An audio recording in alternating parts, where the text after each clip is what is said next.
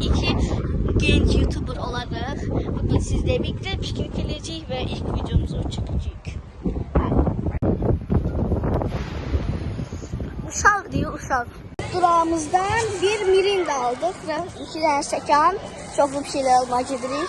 İndi aldığımız ikinci magazinimizden aldığımız şeyler görünür. Birinci magazinimizde bir de mirinda almıştık, onu gösterdim.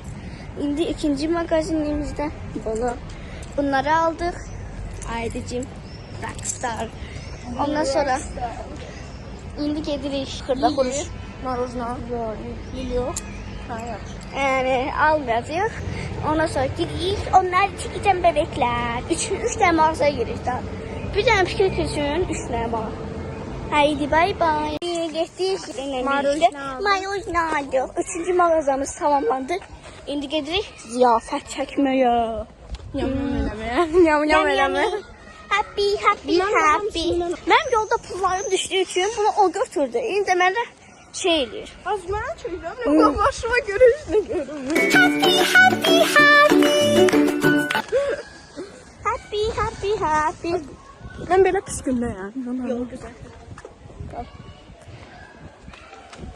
Şak. Hadi telefon yıkılacaq. Yıkma. Siz evə düşünməyin, məndə bu telefon var. Bakın. 14. Ölmüştük hangi. Evet, gidiyoruz ziyafet çekmeye. Baba. Evet, geldik. Namı değer piknik yeri dağımıza. Gel, indi piknik edeceğiz. Şirinliğe bak. Muchas gracias, afición. Este para vosotros. Ya olay. Çok karoldum. Çok karoldum şimdiden.